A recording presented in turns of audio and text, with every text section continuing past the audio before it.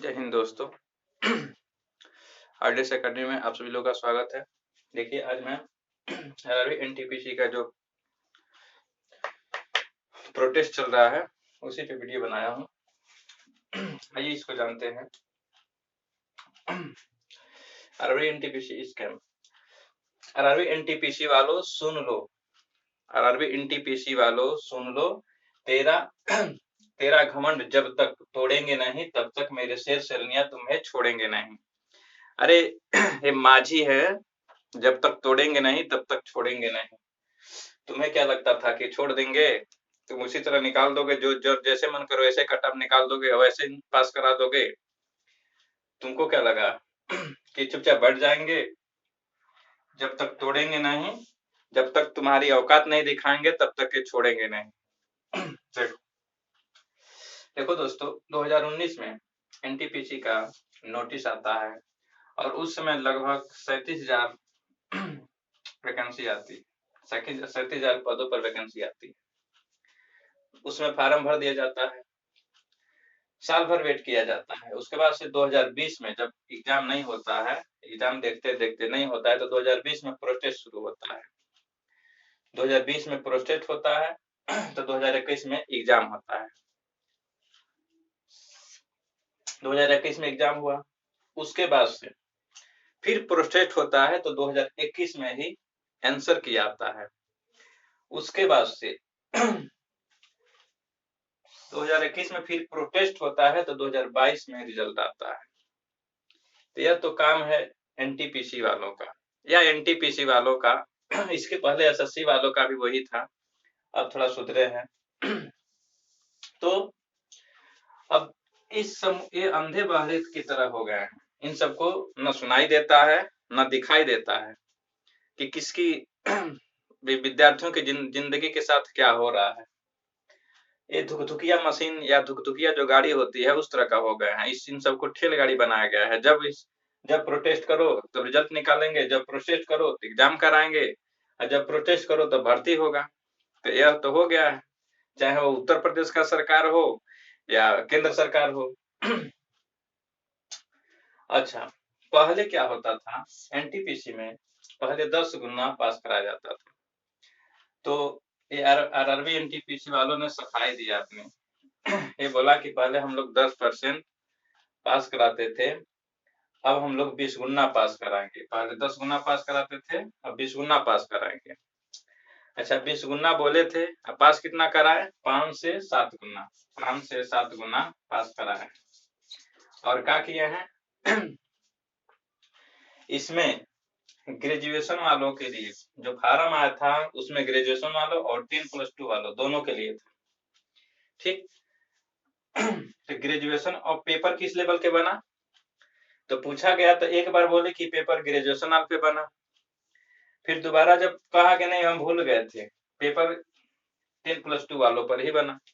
ये बताइए, अगर 10+2 वालों पे बनेगा पेपर तो क्या ग्रेजुएशन वाले इतना बकलोल थोड़ी हैं कि 10+2 वाला पेपर आएगा तो ये सब नहीं कर पाएंगे। भाई वो पहले से प्रैक्टिस किए हैं तो कर ही लेंगे। अच्छा, मेरिट हाई चला गया। अच्छा, एक और ये सफाई ये दिए थे कि पहले 10+2 वालों को बोले थे कि 10+2 वाले पहले जो स्टेशन मास्टर का जॉब होता था छोड़ देते थे। तो भाई 2019 में ये फार्म भरे हैं और यहाँ 4 साल हो गया, तो क्या 18+2 वाले पास नहीं हुए होंगे, ग्रेजुएशन नहीं हुए होंगे? एकदम हुए होंगे। अच्छा, पहले ऐसा नहीं होता था। पहले क्या होता था? पहले पूरा सीबीटी फर्स्ट पेपर होता था, सीबीटी 2 होता था, उसके बाद से जो टाइपिंग होता था, उसके बाद से छटैया होती थी, या उसके बाद से इस जो अगर कोई चाहे वो कोई 4 के लिए ही एलिजिबल क्यों ना हो, उनको एक ही पद दिया जाता था।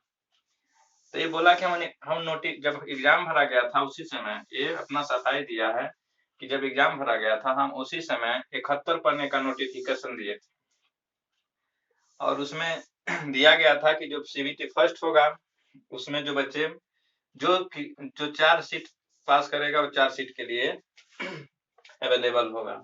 लेकिन ये बिल्कुल गलत है, ये सही नहीं है। अच्छा, एक और काम इसमें हुआ था 2000 जो पेपर हुआ था, जब पेपर शुरू होना हुआ, प्रोजेक्ट हुआ था, पेपर शुरू होने के शुरुआत, इसमें जो काले वाले थे, जिनका फोटो काला हो गया था, ऐसे काले था, तो उसको उसका फोटो ही रिजेक्ट कर दिए थे। जैसे लग रहा था कि अपने लड़की का शादी करने के लिए दुल्हा बीछ रहे हैं, तो काले वाले को क्या कर दिए थे, रिजेक्ट कर दिए थे। तो उसको भी प्रोटेस्ट किया गया, उसके लिए भी टीचरों ने, बच्चों ने मिलकर उसके लिए भी गुहार लगाए, तब जाकर फिर उसको किस तरह से अपना पाउडर वाउडर लगा के फिर फोटो खिंचवाए, तो फिर जाकर उसको हुआ, तब कहे कि हाँ अब ठीक है। तो ये तो हमारे भारत की जो बड़े-बड़े सीटों पे बैठे हैं उन लोगों की है। देखिए इसमें 3,80,000 बच्चों को इन लोगों ने रिजेक्ट किया है, इन सबका जिंदगी खराब किया है। देखिए दोस्तों, मैं एक कहानी कहना चाह रहा हूँ। बहुत समय पहले की बात है, एक गरीब माँ थी उसके बच्चे थे, तो बच्चों के ही जहर जिद्दू पर जो माँ थी, वो एक बच्चों से बोली, बच्चों के कहने पर ही एक आंगन में एक पेड़ लगाई। तो बच्चों को समझाई कि देखो बच्चों, इस पेड़ को अगर तुम तन मन धन से सेवा करोगे तो यह तुम्हें क्या करेगा, फल देगा। तो बच्चों ने उस पेड़ को तन मन धन से उसकी सेवा की, उसको पानी दिया, समय पर उसको खाद दिया और समय समय पर उसकी देख रेख करते गया। तो पेड़ बहुत बड़ा एक विशाल पेड़ बना, उसमें फूल आए, फल आया, फल पक भी गया। अच्छा, जब फल पक गया तो उस फल पर काले कौवे आकर उस पे कब्जा कर लिया। तो बच्चों को बड़ा दुख लगा।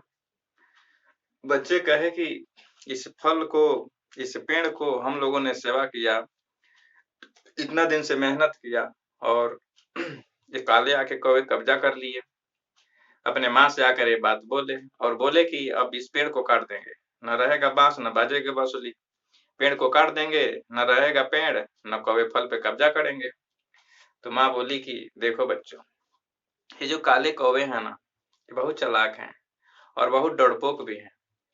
अगर तुम सभी मिलकर इनको भगाने की कोशिश करो तो ये भाग जाएंगे। तो बच्चों ने क्या किया, सभी बच्चों ने मिलकर उस कौवों, काले रूपी कौवे को भगाया और उस पेड़ के मीठे फल को पाया। तो दोस्तों, मैं उन सभी लोगों से कहूंगा जिनका हुआ है, जिनका सिलेक्शन मतलब जिनका इसमें रिजल्ट आया है, उन लोगों को भी, और जिनका नहीं आया है वो तो है ही है, सभी से मैं बोलूंगा कि देखो, ये काले रूपी कौवे हैं, ये हमारे जिंदगी के साथ खेल रहे हैं। तो हम अगर सभी लोग मिलकर, अगर हम सभी लोग मिलकर इनको रिवाइज आंसर की लाने पर अगर अड़ जाएं तो ये एकदम लाएंगे। इनको हम लोगों को हटाना होगा, इन लोगों को, इनके जो अब बताइए, इसमें सत्य जारी कर रहे हैं जो रेलवे के मिनिस्टर हैं वैष्णव जी, उनसे कह रहे हैं कि हम लोग सीट भर लेंगे। अरे तुम इतना जितने बच्चों को बोले हो उतना गुना पास कराओ, उसके बाद से भरो या ना भरे, सीट भरे या ना भरे, वो तो बात की बात है। तो कहा जाता है ना कि जिनके हाथ कागज के बने होते हैं वो आग से खेला नहीं करते, नहीं तो जल के राख हो जाते हैं। तो एनटीपीसी वालों सुन लो, जिनके हाथ कागज के बने होते हैं वो आग से नहीं खेला करते, नहीं तो जल के राख हो जाते हैं। ये हमारे जो नौजवान शेर शेरनी हैं, इनकी जिंदगी के साथ खेला मत करो, नहीं तो वही अंजाम होगा जो सबका होता है। तो देखिए दोस्तों, आप लोगों को करना क्या है, आप लोगों को लिखना है HRRB NTPC अंडरग्राउंड, फिर फर्स्ट स्टूडेंट, यहाँ यस नहीं लगाना, स्टूडेंट लिखना है और फिर अंडरग्राउंड 1 रिजल्ट। यानी इसका मतलब है कि एक स्टूडेंट का एक रिजल्ट, एक स्टूडेंट का एक रिजल्ट। अच्छा, इसमें जो रेलवे मिनिस्टर हैं वैष्णव जी, वो विद्यार्थियों का सपोर्ट कर रहे हैं। तो आप लोगों को ये भी लिखना है, ट्विटर पे जाना है और ट्विटर पे आपको ये भी ट्वीट करना है और ये भी ट्वीट करना है, हज railway minister underground help us, और ये सभी लोगों को करना है। देखिए दोस्तों, इसमें कुछ ऐसे लड़के हैं जिनका निकल गया है, वो सोच रहे हैं कि हम लोग अगर इसमें प्रोटेस्ट करेंगे तो हमारा टाइम आगे बढ़ जाएगा, फिर रेलवे हम लोगों को बीच में लटका देगा। ऐसा कुछ नहीं है। देखिए दोस्तों, 2020 में पेपर नहीं हुआ तो क्या जो बच्चे पास हैं, जो नहीं पास हैं, वो भी इसमें प्रोटेस्ट लिए थे, भाग लिए थे। 2021 में जब एग्जाम हुआ रिजल्ट नहीं आया तो उसमें भी सभी बच्चे भाग लिए थे। तो क्या वो तुम्हारे भाई नहीं है, तुम्हारे भाई बहन नहीं है? क्या उनकी जिंदगी नहीं है? तुम्हारा निकल गया, क्या उनका नहीं होना चाहिए? मान लो तुम तो अपना एक सीट भर लोगे, बाकी जो बच जाएगा सीट तो प्राइवेट बिक जाएगा। तो बोलो, सोचो, क्या तुम्हारे भाई के साथ, तुम्हारे बहन के साथ ये धोखा नहीं हो रहा है? उनके जिंदगी के साथ खेला नहीं हो रहा है? तो भाई, इसमें जिनका निकला हुआ है वो भी, और जिनका नहीं निकला, सभी लोग मिलकर, और सभी गुरुजनों से भी निवेदन है कि वो साथ दें। जो माता पिता हैं, वो उन लोगों से भी निवेदन है कि वो अपने बच्चों के साथ खड़े रहें और वो भी ट्वीट करें। जो भाई बहन हैं, जिनके भाई बहन पढ़ रहे हैं, जिनके भाई बहन तैयारी कर रहे हैं, उन सभी लोगों से निवेदन है कि वो इस प्रोटेस्ट में भाग लें और इसको कम से कम 1 या 2 हफ्ता इसको प्रोटेस्ट करें। 1 या 2 हफ्ता, यानी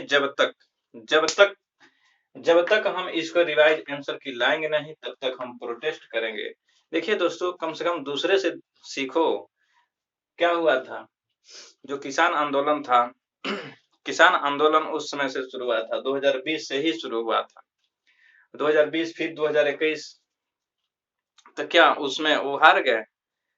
जब तक वो लोग सरकार को झुका नहीं दिए, जब तक अपने बात मनवा नहीं लिए, तब तक वो आंदोलन करते रहे। तो यार, हम लोगों को उन लोगों से सीखना है। अगर हमारे साथ गलत हो रहा है तो गलत की लड़ना कोई पाप नहीं है। हम इसके लिए प्रोटेस्ट करेंगे और तब तक करेंगे जब तक हमारा सफलता नहीं मिलेगी, जब तक हमारा सही से काम नहीं होगा, जब तक वो सही से रिजल्ट नहीं देगा। तो थैंक यू दोस्तों, आप लोग इसमें भाग लेंगे, और जो भी हमारे गुरुजन हैं, जो टीचर हैं, वो भी भाग लेंगे। और इसको अगर आप लोगों को अच्छा लगे तो इसको शेयर कीजिए। अगर आप चाहते हैं कि रिवाइज आंसर किया है तो इसको अपने भाई बहनों को साथ दीजिए, और इसको जितना मन करे उतना शेयर कीजिए। थैंक यू दोस्तों, नमस्कार।